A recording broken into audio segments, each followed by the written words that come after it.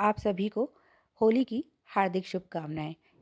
तेरी मेरी कहानियाँ से सभी अपडेट पाने के लिए बेल आइकन दबाएं। आज की कहानी है इंद्रधनुष। स्वाति बुझे मन से सब काम कर रही थी। अभी शादी को 15 दिन ही हुए हैं। वह इस घर में सबको समझने का प्रयास कर रही है।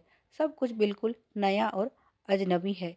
ये घर, यहाँ के लोग, रहन सहन, कुछ भी तो मेल नहीं खाता उसके अपने घर से। आज होली है। जहाँ उसके घर में होली का मतलब मस्ती और लजीज व्यंजन होते थे, यहाँ तो सब कुछ सामान्य दिनों जैसा ही है। उसकी माँ जहाँ सुबह से ही रसोई में जुट जाती थी, फिर वो रसोई घर से आती तरह तरह की सुगंध, जो पेट के साथ साथ मन को भी तृप्त कर देती। पर यहाँ तो सासू माँ ने उसे हुक्म सुना दिया, बहू, हम सबको तो सादा खाना ही पसंद है। अगर तुम्हारी कोई विशेष पसंद हो तो बता दो, अंकुर बाजार से ले आएगा। ना रसोई में कोई कढ़ाई चढ़ी, ना कोई सुगंध उड़ी। अब वह बेचारी कुछ संकोचवश और कुछ ये सोच कर कि बाजार का खाना पता नहीं कैसा होगा, अगर उसे अच्छा नहीं लगा तो सास और बाकी सब क्या सोचेंगे। फिर उसे तो माँ के हाथ से बने व्यंजन ही भाते हैं। चुप रह गई। पतिदेव भी कुछ विशेष उत्साहित नहीं उसके लिए कुछ लाने में। उन्होंने तो रात को ही बोल दिया था, यार स्वाति, प्लीज़, कल होली है और छुट्टी के दिन मुझे कोई काम करना पसंद नहीं, इसीलिए देर तक सोना चाहता हूँ। तो माँ के सामने कुछ ऐसा ना मांग लेना जिसके लिए मुझे बाजार जाना पड़े। इतनी भीड़ में बाजार जाना मुझे पसंद नहीं। ऐसा लगता है लोग इंतज़ार में ही बैठे रहते हैं। ज़रा बहाना मिला नहीं कि निकल पड़ते हैं बाजार की गलियां नापने। मुझे तो समझ नहीं आता ये लोग कुछ लाते भी हैं या बस यूं ही तफरी के लिए निकल आते हैं रास्तों पर जाम लगाने। अब जिस इंसान के त्योहार के बारे में ऐसे विचार हों, उससे कोई आशा भी कैसे की जा सकती है। स्वाति को लग रहा है वो कहाँ आ फंसी। इन लोगों के मन में तो कोई उत्साह और तरंग ही नहीं है।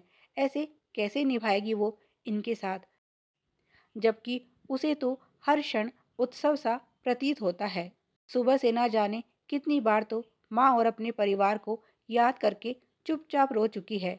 उसके यहाँ रिवाज है विवाह के बाद पहली होली मायके में मनाने का, पर उसकी सास ने कहा ये रिवाज हमारे यहाँ नहीं है।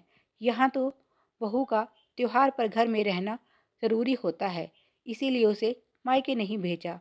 माँ ने तो बहुत कोशिश की थी कि अभी नई नई शादी है और पहला त्योहार, स्वाति को इस बार भेज दीजिए समधन जी, आगे से तो यहीं रहना है।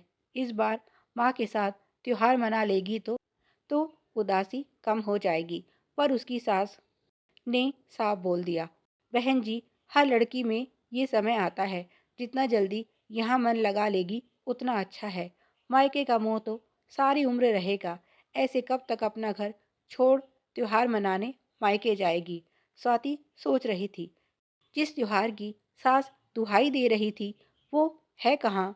ना कोई रंग है, ना गुलाल, ना पिचकारी, ना कोई विशेष व्यंजन। अपने अपने कमरों में बंद मोबाइल से चिपके रहना ही त्योहार मनाना कहलाता है क्या। दोपहर को जब होली पूजा करने गई तो ना चाहते हुए भी बनावटी मुस्कान चेहरे पर ओढ़नी पड़ी। रात को होलिका दहन के समय तो घूंघट में उसकी रुलाई ही फूट पड़ी। क्या अब उसके जीवन में त्योहार का यही अर्थ रह गया है। अगली सुबह जब वह उठी तो सर बहुत भारी लग रहा था। आज का दिन तो उसे विशेष तौर पर पसंद था। रंगों में रंग कर नाचना, गाना और शरारतें करना, यही तो उसके लिए होली का असली मतलब था। पर इस घर में फैली शांति उसे अंदर ही अंदर कचोट रही थी। सब रोज जैसा ही था, कुछ भी तो अलग नहीं था जिससे लगे कि आज धुलंडी है। क्या उसका प्रिय त्योहार ऐसे ही बीत जाएगा। पर सच यही था। अंकुर नहा धोकर कहीं जाने को तैयार थे। उसकी रोनी सूरत देखकर बोले, चलो जल्दी रेडी हो जाओ, हम बाहर जा रहे हैं। उसने सवालिया नज़रों से सास की तरफ देखा तो वे बोली, कल से तुम्हारी रोनी सूरत देख रही हूँ। अगर तुम्हें होली खेलना इतना ही पसंद है तो पहले बता देना चाहिए था। इस तरह घर की लक्ष्मी त्योहार पर उदास रहे अच्छा लगता है क्या। कल होली पूजा में तुम्हारा होना ज़रूरी था। अंकुर तुम्हें घर छोड़ देगा और जब खेलकर मन भर जाए तो उसके साथ शाम तक लौट आना, समझी? वे मुस्कुराई। स्वाति तो बस उन्हें देखती ही रह गई। वे उसे मायके होली खेलने भेज रही थी। ये सुनकर उसके उदास मन रूपी आसमान पर खुशियों का इंद्रधनुष खिल उठा। प्यारे दोस्तों, इसी तरह की और भी मज़ेदार और पारिवारिक कहानियाँ पाने के लिए चैनल को सब्सक्राइब करें। वीडियो पसंद आया तो लाइक और शेयर करें। Please like, share and subscribe. Thanks for watching.